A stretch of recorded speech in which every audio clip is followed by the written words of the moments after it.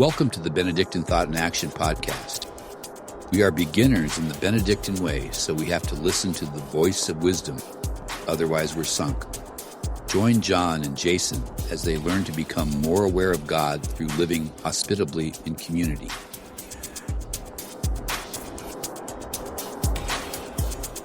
Hey, glad you're back.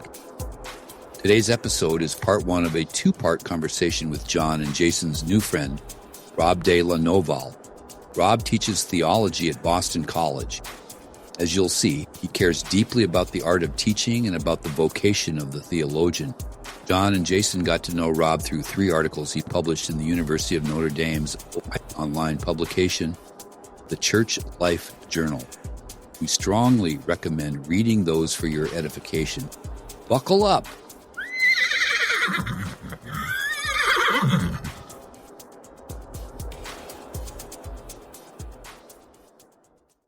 My exposure to you was through these 3 articles on teaching theology, which I thought were like, it was just like you were speaking everything that I'd been through for the last 7 years, which was really great. So we've invited you to speak here because one of our core values is awareness of God. And it struck me when reading these you're writing on teaching theology to undergrads, that a Lonerganian such as yourself and just a practitioner of the craft of teaching theology would have something interesting to say about that phrase itself, awareness of God. And so just our initial question is, how does that phrase strike you, and why would a community, especially an academic community, want to adopt such a core value? We of course understand that you don't know our story as an institution, but why should an academic institution care about a category like awareness of God?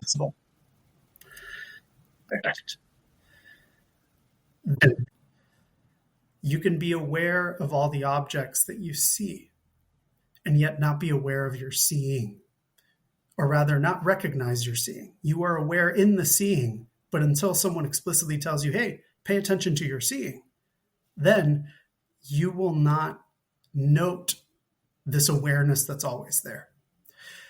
And so I think this is a profound analogy to what awareness of God might mean. There can be an awareness of God that is God as an object, and that's what's given to us in doctrines, in texts, in teachings. God can be the object of our inquiry. So we can be aware of God as that which we are trying to understand, to know, to love.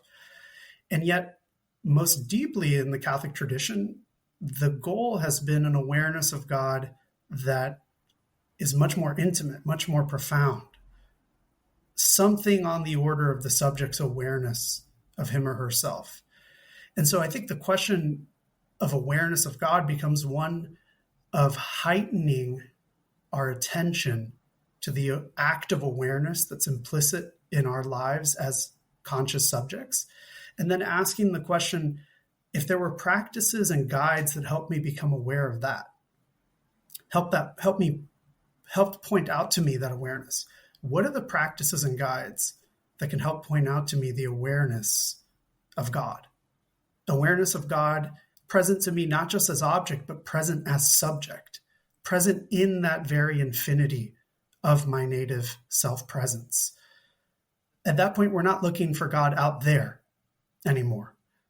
God will be closer, more intimate to me than I am to myself, as St. Augustine says. So that's the first thing I'd say to that first part of the question. How does the phrase awareness of God strike me? It strikes me as profoundly mysterious and as a journey that will, I think, if we're really going to engage in it, embark on it, will have to include becoming aware of ourselves. St. Augustine says in his early Cassiciacum dialogues, may I know you, may I know myself. Well, I can say, may I be aware of you, God, by becoming more aware of myself. How's that? Yeah, that's great. That's great. This is like a deep theme in your work with your students, which I think we'll get to, hopefully. But you are like intensely focused in your work with theology students on the fact that they need to be first self-aware. And I think that this is a fairly well, I don't know how actually, if I have any data to back this sentence up, but it seems like a fairly innovative approach to teaching theology, that really I need to turn to myself, become aware of myself as a desiring and an interrogating and an inquiring and a questing subject. And when I do that, I discover that I'm already on this. Did you use the word journey? Yes. Yeah. This journey, this path, toward knowledge of the most, possibly the most real thing there is. So, yeah, I think this is a useful way of understanding our first core value. I don't know that our beloved sisters who named this our first core value were thinking of Lonergan when they did it, but that doesn't mean that it doesn't have all of these beautiful layers. Yeah, so that was, I thought, a glorious answer. But John, you want to? No, yeah, absolutely. Yeah, I think that what we're curious about in you, and that I think Jason's been curious about, in the way that his pedagogy's changed radically over his career, in both what he's been given and how he's reshaped our what you could hardly call a theology requirement anymore at Mount Marty. Yeah. Just briefly, we have a BLI program, which I think at this point that means Benedictine Leadership Institute. And I think that from my perspective on the outside, they're basically doing what you suggest and what he's outlined in his article on grading, which is that we've first got a persuasive task ahead of us. We've got an exploration, an awareness, but also a conversion, sort of like the intellectual conversion that you write about, to go here. So I know that one of the things we wanted to get to, and one thing that I'm sure that you're very happy to talk about, is what's the present. Maybe you could recap a little bit of your position on what theology requirements ought to do today, and where you see that going in the future. And I think you two could have some very fruitful conversation. I'm just a spectator as you guys open these imaginations, these theological imaginations.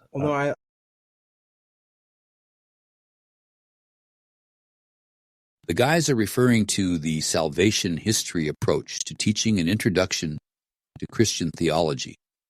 This is what they mean.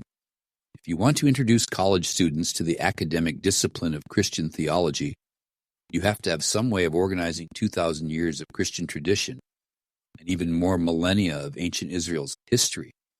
That's a lot of content. One way to do it is to introduce it as a continuous story that begins with creation and then continues through the election of Israel, the incarnation of Jesus, the birth of the church, and the ongoing work of living and believing the Christian claim. If you are already a Christian, this is your story. But if you are not a Christian, or if you are unsure if you want to be a Christian, or if you are confused about what Christianity is, then this story is an odd place to start teaching theology. It's odd because this story is an answer to a question. But if you don't know you have the question, then learning the story seems arbitrary at best and imposed at worst. Both Rob and Jason grew tired of beginning with the answer that is salvation history, and they reoriented their approach to introducing Christian theology by paying closer attention to the questions the Christian story is meant to answer. What are those questions? Well, there are many, but among the most important are the following. Who am I? Am I alone in the universe? Why is any of this here? And how am I supposed to cope with it?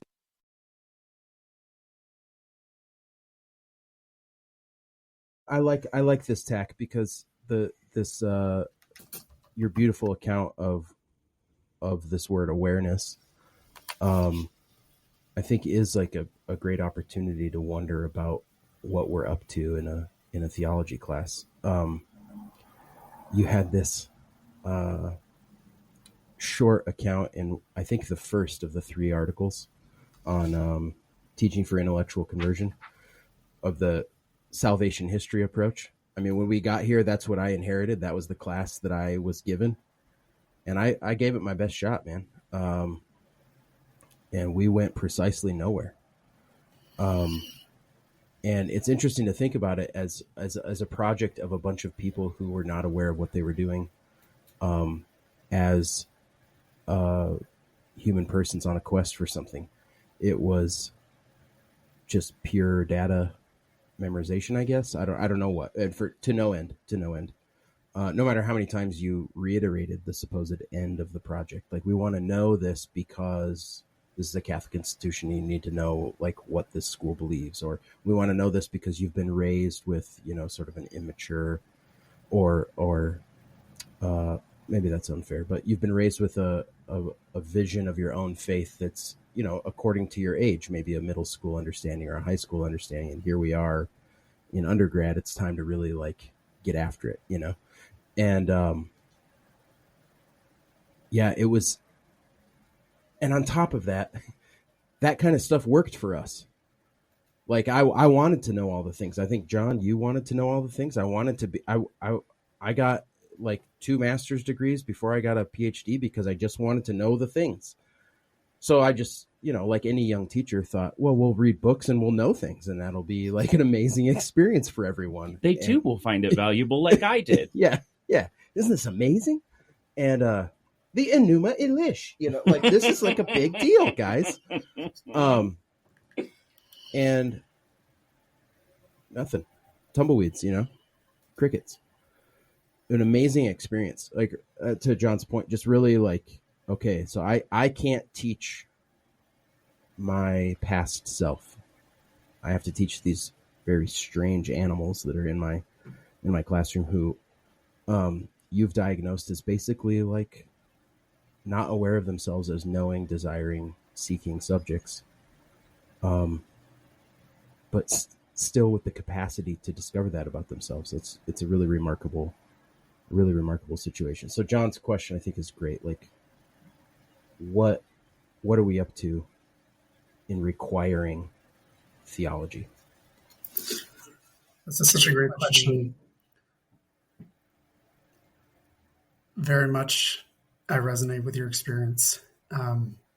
I think a good friend of mine, Josh McManaway, explained it to me like this. He said, after Vatican II, there was this profound desire to get Catholics familiar with the Bible. For a long time, the Bible, knowing the Bible well, knowing the scriptures, that was kind of like a Protestant thing. Well, Vatican II changed that. It's not a Protestant thing anymore. It's a Catholic thing, right? Dei Verbum, the soul of theology, is sacred scripture. Get into it. And so you create these introductory theology courses that are ordered to familiarizing Catholics who, by and large, have a commitment to the tradition in some way, to the church, to their faith life. Maybe a lot of that commitment is parochial, or how can I put it, has more to do with having a Catholic identity, perhaps, than it even is about really being faithful to the church or anything like that. I'm Catholic, and so I should know these things because I'm Catholic. That works pretty well after Vatican II up until, let's say, the 80s or the 90s, maybe even pushing into the 2000s. And then the demographics of our Catholic schools start changing significantly. You can't presume that level of buy-in to the tradition anymore. The kind of historical phenomenon of the Catholic ghetto in many major cities, right, producing a Catholic mentality, you could presume that and then build on it with this salvation history approach. Now, I think a lot of intro to theology teachers are teaching courses that are not for the students in front of them. And that was my experience over and over again. If you were already committed, in a sense, to this text is inspired, or there is something here, God speaks to these texts, then we can ask all these interesting questions about what did the historical authors mean? How do we divine a profound spiritual meaning from all of this? I'll never forget my first semester teaching theology at Notre Dame. I was teaching the Akedah, the Binding of Isaac, and I had a student in my class who was not religious, totally secular, had never read the scriptures. And I opened the class up to conversation. So what did you all make of this story? And she said, last night when I read it, I screamed and I asked my roommate, you guys believe this? You guys read this in church? This guy just tried to kill his kid. And I realized, oh, this is not like an interesting exploration of the question of what does it mean to put God above all else. This is a moral scandal to my students. And it's being presented to them as something profound and deep. But they just experience it as, what the hell is this? Like, what is this? Why am I reading this? Why do you guys like this? And that was profoundly impactful for me. I just realized, like, oh, this, it's not for nothing that Origen thought that there were stumbling blocks in the scriptures and it was for the advanced to be able to explain them. We're trying to give students calculus and like these questions about how can we refute Marcionism, or how do we understand how the doctrine of the Trinity arose from these foundational Christian practices and the Old Testament text. That's calculus. Why would we give that to students who are just beginning to study theology, perhaps some of them their first serious exposure to any Catholic thought? It was after that first semester that I realized I have to scrap this. I have to start from scratch. I need to, and back then I couldn't have articulated it this way, but it's what Pope Francis says. The pastor has to have the smell of the sheep. The professor has to have the smell of the sheep. You have to understand, what is the horizon of my students? What religious questions do they have? And it really started hitting me. For some of these students, they may never have serious religious instruction again, ever. Am I going to waste two semesters that I have with them on very complex theological, mathematical problems, trying to understand how the Trinity can be three in one, etc., instead of these more fundamental questions that they're asking, which is, why do I suffer the way that I suffer? Is this world good? What can I commit myself to? Is there an ultimate meaning? Am I a computer just made of meat? Like, what happens after death? Why should I live the Sermon on the Mount? What do we do in the face of injustice? Is there peace for me, or is it only psychic pain? So at that point, I just realized, okay, I have to restructure the way I teach theology, and the guiding motif has to be the students' questions. Look, I mean, this is a call on my part, and I think other people should take it up. I don't think that we should be teaching intro theology the way you teach an intro to any other discipline, namely, here are the skills and the major texts based in this discipline so that later you can advance to more difficult work in the discipline. If you have required theology courses, students will never take another theology course again. They just don't need to know how to do an exegetical paper. They just don't. They don't need to read 40 commentaries on a biblical text and try to sort out what's the best way to read this text or anything like that. Now, in a theology major, yes, of course, do all of those things, equip them with the tools of the discipline. But in intro theology courses, my aim, and I would argue it should be the aim of intro theology teachers, needs to be more apostolic. It needs to be more basic about helping students enter into the question that they are, questions in flesh, the question of God. That's what it means to be made in the divine image. And so that will require a lot of the intro to theology teacher. And I understand that some people are late in their careers and they're not interested in overhauling the whole thing. I've had people come up to me and say, look, I think what you're doing is great, but I'm not gonna reinvent the wheel here for myself. It's like, yeah, I get it. That's okay. But for those of us who are up and coming, perhaps there is a real question of responsibility here. What are we responsible towards and for with these students?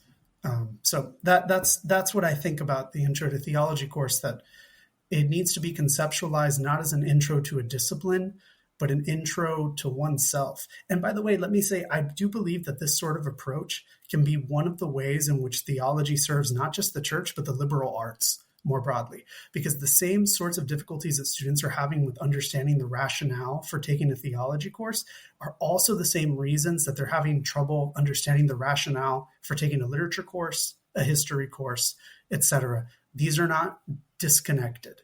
That's something. Yeah, I think that's really interesting. I think actually thinking about our situation here, we might have accidentally stumbled backwards into being able to have that split, intro to the discipline and then more of like a theology requirement, because we do have the Benedictine leadership thing as our theology. So that could be developed into sort of this sort of, I think, and I want to get back to this later as we dive deeper into it, but we do have upper level electives that they might be taking with me right now, where they're having to write exegesis papers and the disconnect is clear, right?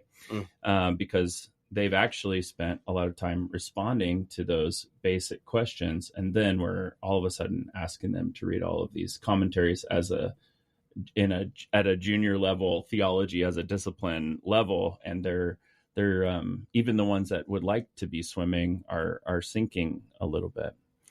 Yeah, we have a situation that I think is probably not unique, and that is a Catholic institution requiring 2 to 3 classes in the theology and philosophy area for all their students, but a total lack of people choosing the major. So when they get to John's point, we have these 2 required courses that have turned into basically, the first course is philosophical anthropology, and the second course is philosophy of religion, philosophy of God kind of thing, problem of evil, existence of God.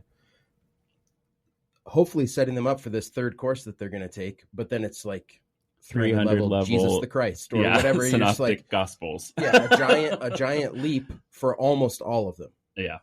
And so then you get, like, when you do have some majors in the class, or a major and a couple minors or whatever, but the rest of the class is just, business majors taking their third elective. It's a very interesting task.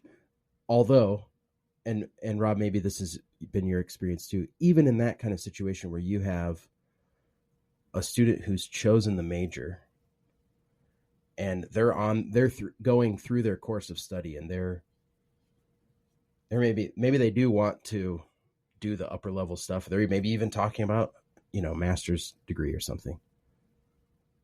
Still, I don't know that they're ready. Even with a robust, like, intro course and, a couple 300 level courses, by the time they're a senior, I'm still wondering if they're going to be able to hack it in grad school. Right. Well, maybe they can hack it in grad school, but it'll just be like a pretty giant transition for them. I'm just not sure, because there's other stuff going on aside from, I guess this leads to something else I wanted to talk with you about. Other stuff going on aside from just a lack of familiarity with texts or a lack of access to people who are well trained, So, but we just said a bunch. I don't know if you want to respond to something we said, but I've got a follow-up question to that. No, please follow up. I completely agree with everything you said. Okay. Oh, well, how pleasant. This is so Is amazing. it too late for me to back out? Can I cancel the exegesis paper now that you guys are both telling me I'm doing it wrong? Because I believe you. I think I'm doing it wrong. Well, I guess since we're right here on that topic, why don't you just talk about what has happened? Why not talk about that experience? Well, yeah, I think so. I'm teaching adjunct because I'm a staff member, and we've got plenty of people that are teaching adjunct. But if you just get handed task as a person with advanced degrees in biblical studies, if I get handed task, teach a 300 level synoptic gospels class, I might expect people to have had intro to New Testament. But since they're coming through the required, we're being intellectually converted, they don't know a single thing about the Bible. Right. And so then it became like, okay, I've got to get intro to New Testament in here. And I just thought, hey, worst case scenario, we'll learn a lot about writing. They're struggling with writing, but that's something totally different. Maybe curricular here, maybe it's systemic. I'm sure everyone is always complaining about their students writing. But I mean, I also have people who do want to go on to grad school, who have potential to go on to grad school, and who are nearing completion of their theology degree.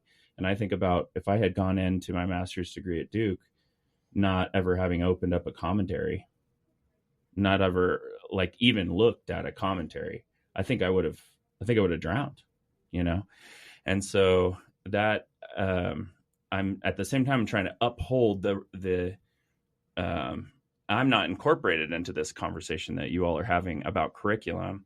And maybe this is maybe not that helpful to you all, because you're talking about being like, this is your vocation and I'm doing this, as a part of something else that I'm doing. But I guess I just felt maybe too strongly the conviction that I've got to uphold the integrity of this junior level theology class. And then I'm being faced with people who don't have the preparation needed, who don't know why anyone would study this, and so then there's just this profound disconnect that can't help but make them feel puzzled and me feel like a failure for trying to convince them that my discipline of choice, which I love with all my heart, is they're just puzzled. They're just totally puzzled by the whole thing. Yeah, I guess that's my confession. Okay. More than a question. Yeah. But maybe a way to frame this that might be generative for you too is what advice do you have for me as a part-timer, or as somebody who's filling in, or maybe for the people who hired me, or for the people who are in charge of the curriculum or whatever, Yeah. From your perspective, because you've clearly thought about this a lot, and I'm running into exactly the problem that Rob's outlined. So what advice? You don't have to tell me that I'm wonderful and beautiful and that you're doing a really good job, sweetie, but you could tell me maybe what I should do, what I could do differently next time when I'm teaching this junior level class that's got 2 majors and 19 students who've been dumped in out of BLI so they can graduate. Right. Yeah, what do you think, Rob? Fix it. Easy. Interesting. Easy peasy, lemon squeezy. Yeah, I mean, I think the disciplinary preparation is important. If you're teaching a junior level course, I don't think you're doing anything wrong by teaching them the tools of the trade. The problem is further upstream, right? You can't resolve every problem in every course, right? I mean, we have to acknowledge the limitations of what a semester's worth of work can do. And that's why I think ordering the introductory courses in a different way can help with that sort of thing. But yeah, I don't think you're doing anything wrong per se. I mean, part of what you're articulating is that there's a broader problem in the preparation of students in general. And as you mentioned, of course, we can have this whole, like, in my day, blah, blah, blah, students could do X, Y, or Z. And that's true. And I have. I mean, I encounter regularly students, I'll assign 10 pages of reading for a night, and students will tell me, Professor, that was intense. I mean, I just can't believe you're assigning so much.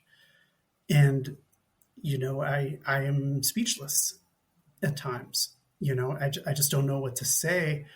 I know what not to say, right? Which is not to shame the students, because the horizons that we're in are, to a large extent, especially at the age that they're at, the products of forces outside of them.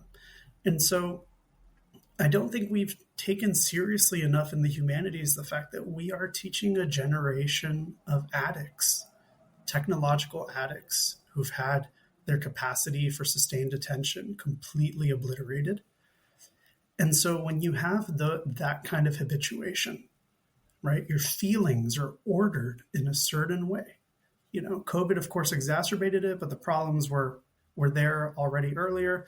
This is all old hat to you all, but I think it's worth just bringing it to explicit consciousness to say, if we're really thinking about teaching first and foremost people rather than teaching a subject, we have to ask the question about what it means to teach these people. And I don't say that as some outside observer who's like a guru on a mountain who never checks his phone or something. Like I'm in the same cultural matrix. I feel the same ordering of my feelings and desires and my attention span. I often tell my students, this blows their mind, that when I was a kid, the Harry Potter books were coming out. And, I'd get book 5 or something, and I'd tell my parents, peace out, I'll talk to you in 2 days. And I would just read for 12 hours. So you may interrupt me for meals, but that's it. And so I could just spend 12 hours a day reading. That was it. I can't do that today. I've been changed profoundly, right? And I recognize that. But even the ability to recognize it and to know that there's a kind of something missing, something's not right, is already to be at a certain level of attainment, let's say. And so I find myself, like many other educators, struggling to think about what do we do now in response to this that's responsible for the students, that doesn't operate just by shaming them, and also recognizes why they turn to AI.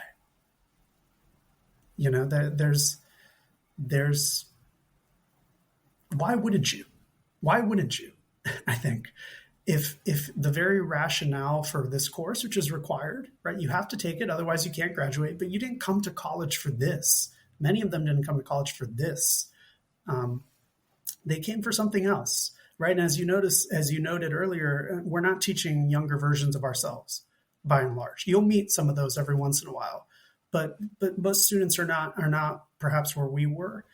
And that means that this is largely experienced as an imposition on them, and it has no intelligible connection to what they'll do after they graduate. And so much of our task in introductory theology is rhetorical, right? It's trying to get them to understand what value could possibly be here. And I think if your primary training, say, is as a biblical scholar, or your training is in some field that's not, necessarily philosophy or kind of systematic theology, you're really going to struggle with this rhetorical aspect. I remember when I was doing my training on how to teach theology at Notre Dame, we had 5 disciplines of theology at Notre Dame. We had world religions, world Christianity. We had biblical studies, Christianity and Judaism and antiquity. We had patristics, and we had systematic theology, and then we had moral theology. And I remember when we were getting workshops on how to teach certain questions, one of the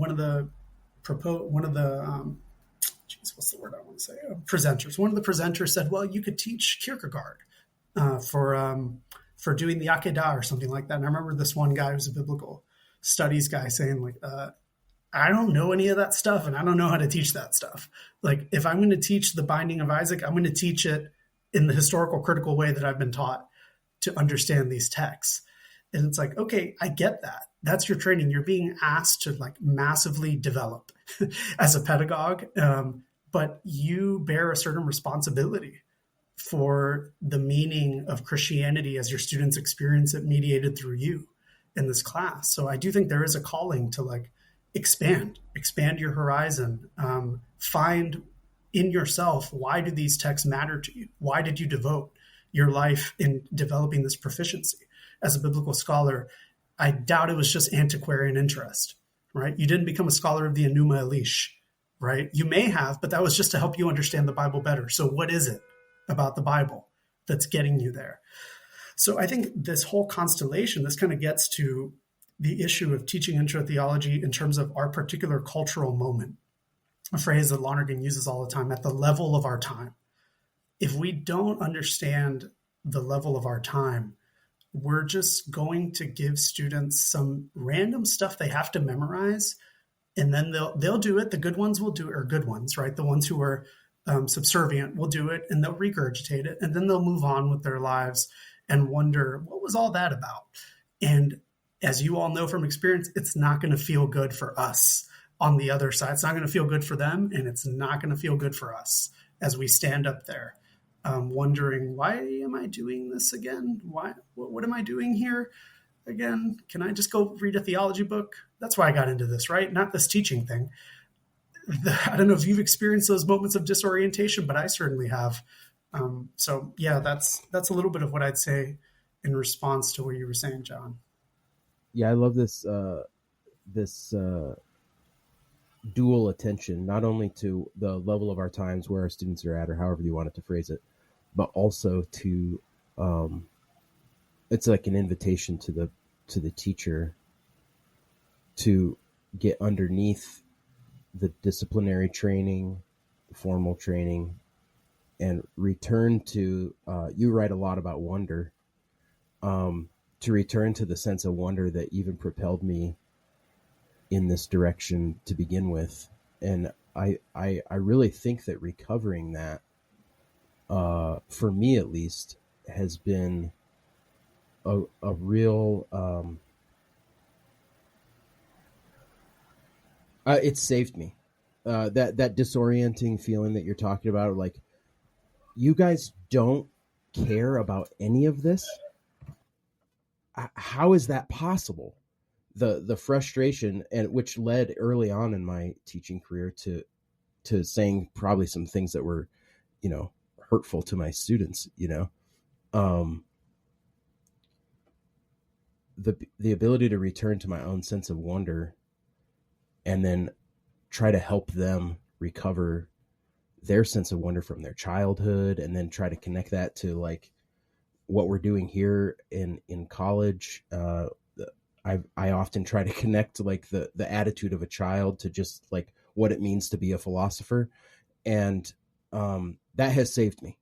I think I probably would have quit a while ago if I had not been able to make that turn toward wonder,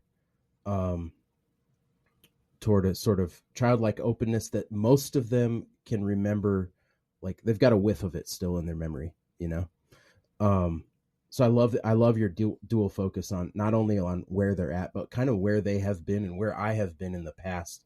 And we're not actually all that different, even though I have undergone an incredible amount of work to do this weird job that you think is pointless. We're not actually that different from each other. So go ahead. Well, so one thing that I'm hearing from you two is that you all need to write a follow-up article for the Church Life Journal, not called Teaching for Intellectual Conversion, but Intellectual Conversion for Teachers. Yeah. Because it sounds like you're suggesting that even the teachers themselves, maybe most of all, need to undergo 100%. that conversion. And number two, I do just want to say that the first thought I had as a biblical studies person, I almost exclusively studied that in Catholic theology. When you brought up the Akeda earlier, my first thought was, well, it's got to be Kierkegaard. So not all biblical studies people, Rob. Not all biblical studies people. I'll read Kierkegaard all day long. I have like a background question that I've sort of previewed you on, which is, I think what both of you write is discipline reorienting, at least. And I know that that's probably, and you all have talked about your experiences and other people's experiences as they come to you and saying like, I'm not at a place in my career where I'm going to reorient myself to my whole discipline.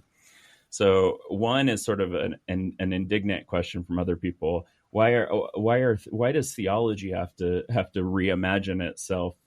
And maybe I don't see other discipline. I mean, I don't see the business professors having to sit around and reimagine, undergo an intellectual conversion, but we do. And is that something about our place in history? Is this where we bring up Taylor? But then number two, it begs the question, what were people doing 30 years ago? Were they presuming too much about their students, and we're figuring it out now that we shouldn't have been presuming too much? Or is it simply an intellectual movement within our students? Is this something that's always existed and we just took too much for granted as theology people, and so they ought to have been trying to make an intellectual conversion? Because I can imagine those people in the 70s being like, no, I get it. I am aware of God. You don't have to convince me. Tell me about the documentary hypothesis. That's why I'm at this higher level of education. But also, I'm I'm starting to be convinced that maybe this was always the case, and that we're at a unique historical place for us to deal with it, and that maybe we ought to have taken it more seriously earlier. So I don't know if that's kind of a really complicated question, but I think, do you understand what I'm getting at? Yeah. Rob's our guest. Rob, you should go first. I know what I want to say, but sure. I think a lot of the maladies afflicting the contemporary 21st century person, young adult, are philosophical and religious in nature, but they're not really understood to be that. And they are the distillation in a cultural zeitgeist of philosophical positions that were once articulated by philosophers or figures who were influential in the religious world, even influential by being opposed to the religious world. And, what starts in the university classroom, I do believe will eventually trickle out to broader culture, will become embodied in art, which will shape feelings, become embodied in different practices, which will shape habits. And so here's where I do agree with you, John, that there is not something necessarily new in the philosophical and religious knots that students find themselves in. What is new is the statistical prevalence of it, so much so that it shapes the outlook of an entire generation. And once you have a kind of critical number, percentage of people who are just living with these presuppositions, for example, that questions of ultimate value can't really be objectively decided, that itself will begin to take on a life of its own and will make it statistically less likely to have divergences from that. And so I do think a certain threshold was reached. I couldn't tell you at the time that it was reached, right? But I do think that so often my students are kind of walking embodiments of philosophical positions that we've studied. And what's curious is that you can even bring this to light in some ways in some classes, and it just seems like not really to register in any particular way. And I think that's itself a sign of a different age. And I can even note this incidentally from when I first started teaching in 2019 to now. I can't control the variable, perhaps. I teach very different kinds of students at my current institution than I did at Notre Dame, where I was trained. But I have noticed that the interest in figuring out what exactly is it that I believe and discovering that there's already like kind of a philosophy or a religious outlook out there and I happen to embody it was much more interesting to my students in 2019 than it is to my students now.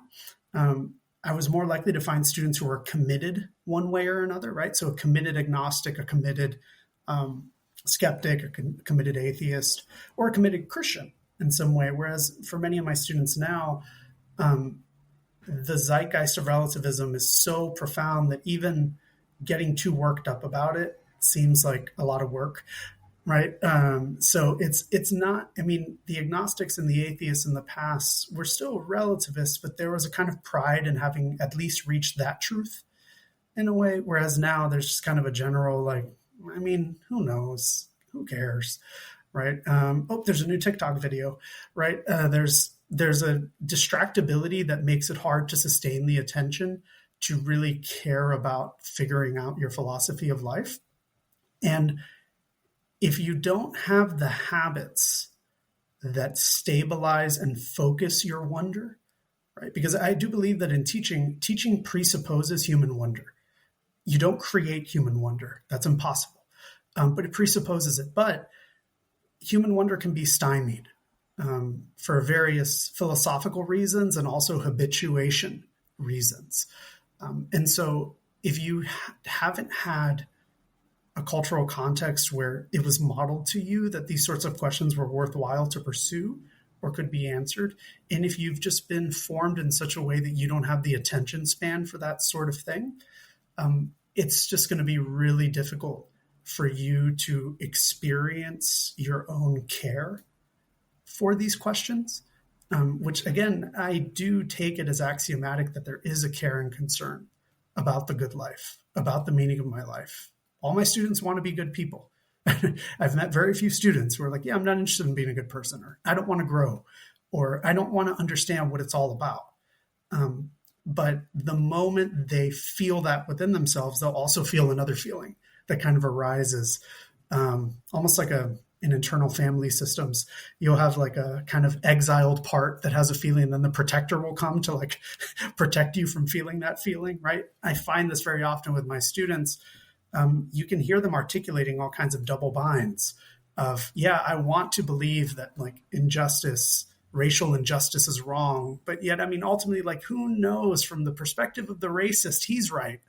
And so there's this just kind of impossible double bind where they can't really affirm what some of their feelings are pushing them to affirm.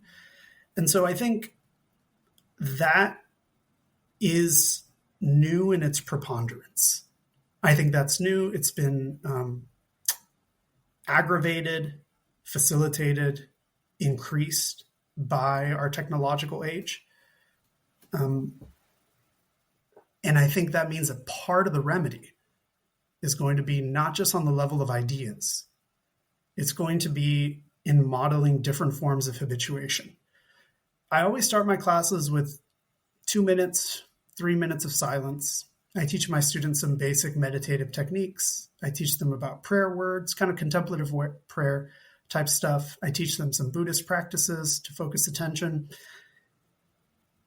I hear some positive reports sometimes.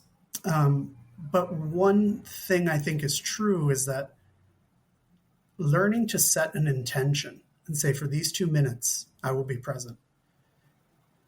That's the source of any learning. If you set your intention to just be present to yourself, then you may be able, in the cacophony of other feelings and impulses, to hear a question that you have. Because answers are always answers to a question. And I think that's one thing I'd want to say to people who are teaching theology. We're teaching theology as one, let's say, working hypothesis of the good life. Right? It's not, I mean, of course, there is a desire to know God in God's self for its own sake. But first and foremost, that desire to know God is existentially motivated. It's motivated by the questions of salvation, right? How do I escape from the sin and suffering in my life? It's motivated by a desire to live a good life, to find peace in my communities. And so that very question is the Velcro to which any answer to the theology professor presents by studying a text. That's what will make it catch. But if you can't even bring to consciousness your question, then it's just going to go over your head. And I think that's the experience of a lot of professors. Like, I'm giving you guys good stuff. Like, when I read this text, it blew my mind. Why doesn't it blow your mind? Well, it doesn't blow your mind because you haven't yet been sensitized to the question that you are. And I think something like basic practices of teaching students stillness, teaching them how to deal with the discomfort that arises in that, modeling it to them. All of those things are not incidental to the task of the liberal arts or theology. They're actually integral to it. And students who often say, this class isn't practical. I want some practical knowledge. It's like, well, here it is, baby. This is practical right here and right now. How can you be present? I think for the students who really get on board with that, it can really be transformative. And I'll just give you an example from my own pedagogy. And I don't know what I'll do in the future because the AI thing has become really difficult. But in order to get students to read, I've had reading response blogs, and they have to do reading response blogs before class, the day before class, for every single reading, every single day of class. Now, it's low stakes, right? I think in my grading philosophy has been the bulk of your grade should be based on what you do the most in class, not on a few like moments of a major exertion of a test or an oral exam, because I think that's just leaving too many hostages to fortune, right? Some students just may not be prepared to operate at that level. But if students can show up every day, do the reading, give some answers, I'm going to give you credit for that, because I can't give you credit necessarily justly. And I mean, this relates to your question in your article, Jason, which is so provocative for me, because I understand that understanding is only statistically related to having a question. Am I going to penalize students for not understanding? Well, what am I really grading them on? At least for my part, I'm grading them on an effort to understand, if you can show me that in your writing. But anyway, the point is, when I do the blogs, there's always a brainstorm question, which is really oriented towards getting the Velcro ready, right? So for example, when we're teaching on the Eucharist, I'll ask a question, be something like, what's the difference between eating a meal at Chipotle or at Five Guys compared to a meal made by somebody that you love? Does it feel different? How does the very act of eating feel different, right? Now, every once in a while, students will say, hey, that brainstorm question actually ended up being related to what the reading was. And it's like, yeah, it did. Isn't that crazy? But I think a lot of pedagogy really needs to start in disciplines where there isn't already the question or the interest, right? So you mentioned like a business class. Why don't they have to rearrange things? Well, because students who are taking these classes, by and large, are doing it because they want to, right? And we may say, well, their motive is perhaps not pure. Okay, well, welcome to the human race, right? But their motive is, I want to get a good job, and I know a business degree can help me get a good job. And so you don't have to build interest necessarily. You can just presume it. And there's already a kind of cultural respect for this discipline, right? And so there'll be a respect too for the practitioner of the discipline. All those things you get to take for granted, you can't take for granted in many intro to theology classrooms. I mean, I wonder how many theology professors really grasp, like, my discipline is illegible to many students. They don't really get what it is that I do for a living. I mean, I had a very powerful encounter with some students last year who told me, nobody asked me what my opinion is in my chemistry class, to the point where the student even said, I don't know what gives you the right to grade what I write. Because at the end of the day, it's just your opinion against mine. And so I know how to deal with core required classes. You just memorize what the professor wants you to say, and you say it. This was horrifying for me in the moment, but ultimately it made it click for me. Like, oh, I see. Like there's just no understanding that these disciplines help mediate us into anything that falls under the category real. And so it's unclear why it's required. Maybe some chauvinism on the part of it's a Catholic university, so they want you to study Catholicism. At best, it could be kind of a quixotic interest, right? Like, yeah, it's, Catholicism, there's like over 1 billion Catholics, right? We should definitely know a little bit about this tradition, right? It's just part of being an informed American citizen, et cetera. But I think the demands on us are higher because of our cultural moment.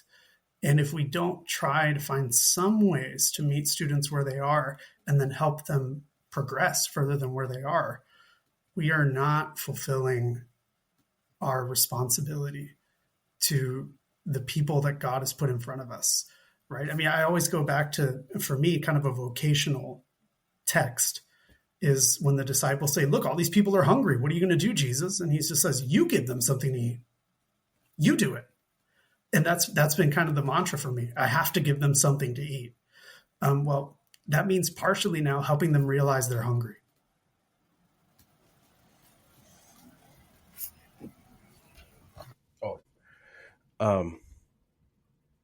Okay, beautiful. I have boring content to add to that. Anything else I would say in commentary on that would just be agreeing that you mirror my experience as a teacher, basically like word for word, image for image. I think a couple things to John's question, like what about these other disciplines and what are we saying? Have we always been doing it wrong or things like that? There's some sociological stuff going on in addition to just what's happening like to this cohort, who was studying theology in the past? Almost no one. And now, in terms of people at a Catholic institution, almost everyone is. So that in itself has been something I've always tried to keep in my mind. Like I am a lay person doing the job of some that no lay person in the past would have been doing for other lay persons who never would have been in this context at all. And I think this is rad, of course, but it is kind of like when you think of like reorienting the discipline or the history of the discipline, the bulk of our discipline just hasn't been exercised this way ever. And so we might not be reorienting anything. We might be doing something that's basically brand new. It can't be done in the same way. And then you add to it the sort of cohort stuff and the technology and, 20th century movements in philosophy and all. You just add that to just the bare bones, like sociological issue of like, we're no longer just teaching seminarians and we're no longer working in, monasteries or whatever. And like all these people are getting access to, I think it's a good thing, but it's just, it's a new thing. It's a new thing. All these people are getting access to, a discipline that was, a very minor, in terms of population, a very minority concern. It made me think of a colleague here, a beloved colleague here, in another department, who one night we were at the bar and she said, I'm not that far off from retiring, but I would love to come back and work with you in your classroom. Could I just like, what would I have to do to be able to teach theology? And I was like, I guess since I have a PhD, if you wanted to teach with me, you'd probably at least have to have a master's degree, I guess. That'd be okay. And she looked at me kind of weird. And then she's like, well, why? And I said, well, can I just waltz into your nursing classes and like just help teach nursing? Like what is going on? And she goes, oh, I never would have thought of it that way. So I do think that there's like this, it's not just our students who don't think or can't understand what we're doing. Our discipline is like, it's broadly unintelligible in academia. The idea that getting a PhD in theology is very difficult, I think, is like news. It's news. So yeah, it's a strange place to be in.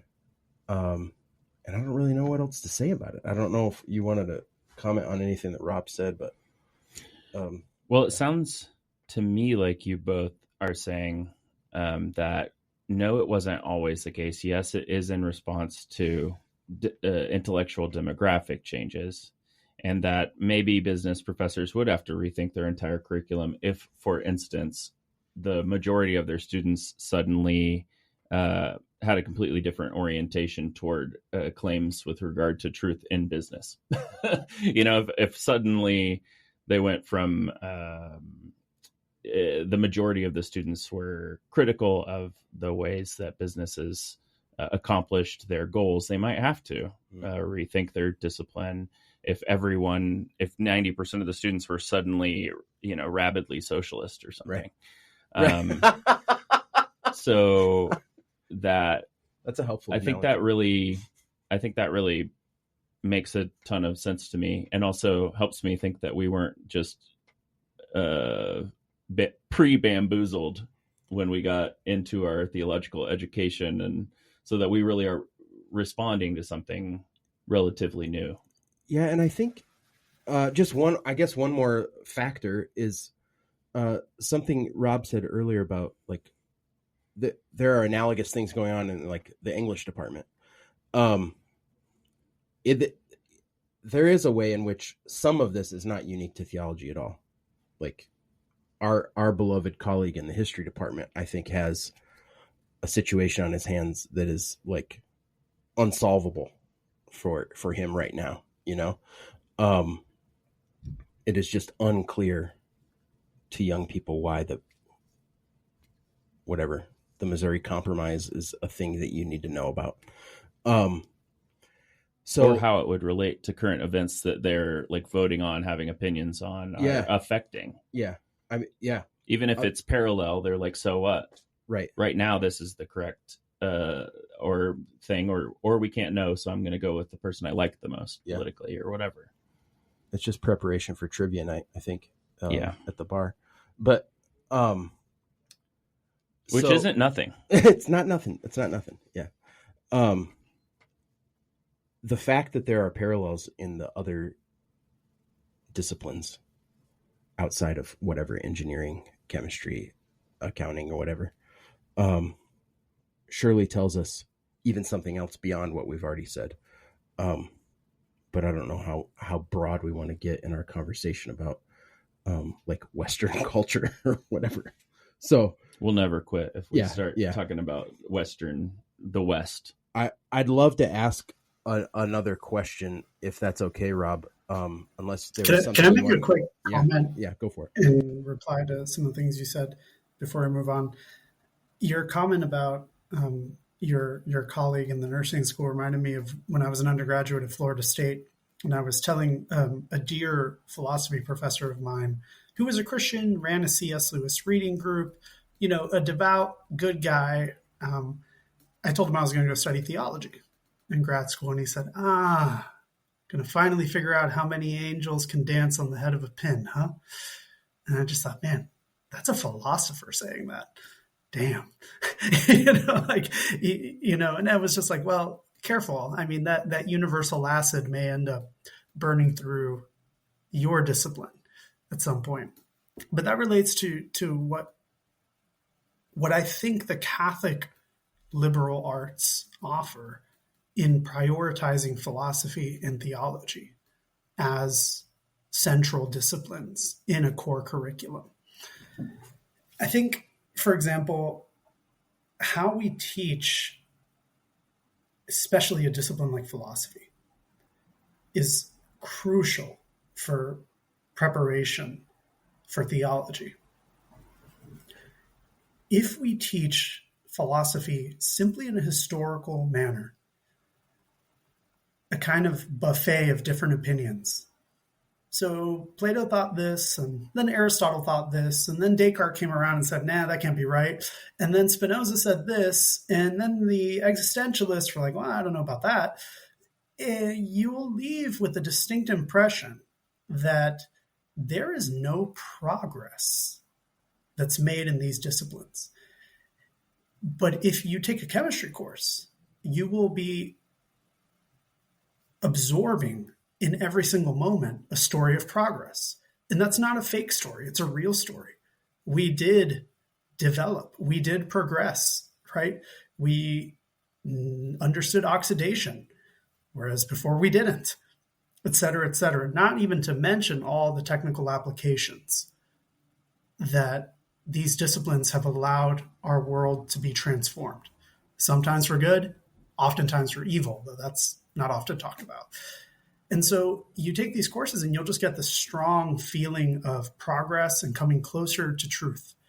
Take a course in the liberal arts, especially in philosophy, and you will leave with the impression that one of my students told me, she's a philosophy minor. And I said, oh, what's so interesting to you about philosophy? She's like, it's just great to be in a discipline where like everybody's kind of right, It kind of doesn't matter. Like it's just everyone's opinion. And I just love learning everyone's opinion. And I just thought, wow, you're a minor in this. Somehow you absorbed this. Now, that's not completely the fault of the professors, of course, because whatever's received is received according to the mode of the receiver. And very often I'll say certain things and they'll just be kind of transformed as they enter my students' minds. I'll be like, oh, sorry, I didn't even realize that was capable of being misunderstood in that way. I see. There was a background operative here that I didn't even catch. I'll phrase it differently in the future. But somehow a number of students are getting this impression. I don't think it's not incidental how we present philosophy. If philosophy is just a history of contradictory positions, then it might be interesting, it might be enriching, and realizing, oh, look, some of the ways that I live or my society is structured relate to this philosophy. But if there is no way of adjudicating philosophical positions, then what ultimately is the reason why I'm taking this course? It's the same issue with theology. Why would the university require me to take a course in which there is no truth discovered? Very strange. Very strange. And so I think that's a really important factor. And another thing I wanted to highlight about this too is that your mileage is going to vary at different Catholic universities. Notre Dame has many devout students. Your theology classroom is going to be filled with students who are full of goodwill and have some intellectual interest in their faith, even to the extent that they can feel challenged about their faith. They have intellectual questions. Theology can really present answers for them if you teach it in a certain way. At another institution where you don't have that kind of Catholic population, it's going to be a different story. So I also think it's worth highlighting that some of the issues of teaching introductory theology will be shared across universities, but there will be differences among universities. So I just wanted to add that.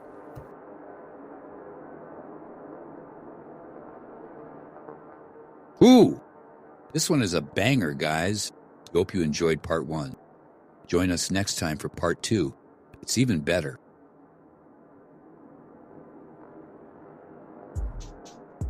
The Benedictine Thought and Action podcast is produced by Sean Gladley and Mason Ferran. You know, all the ways Louis has helped us with the editing. It's frustrating that we have to keep telling you about it.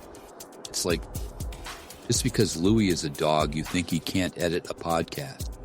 That's narrow thinking. There was no fact-checking to do on this episode. Rob was just spitting pearls for an hour, so Jason's cat, Gigi, had nothing to do. He sat back and enjoyed the truth in all its luminous clarity. In terms of engineering, this podcast continues to aspire to an unreachable goal. We hope you enjoy getting lost in the gauze we've created with this music. If you want a digital file for your own on-demand consumption, message the guys. And the voice you're hearing is me. It's Rich. I feel like you know this already.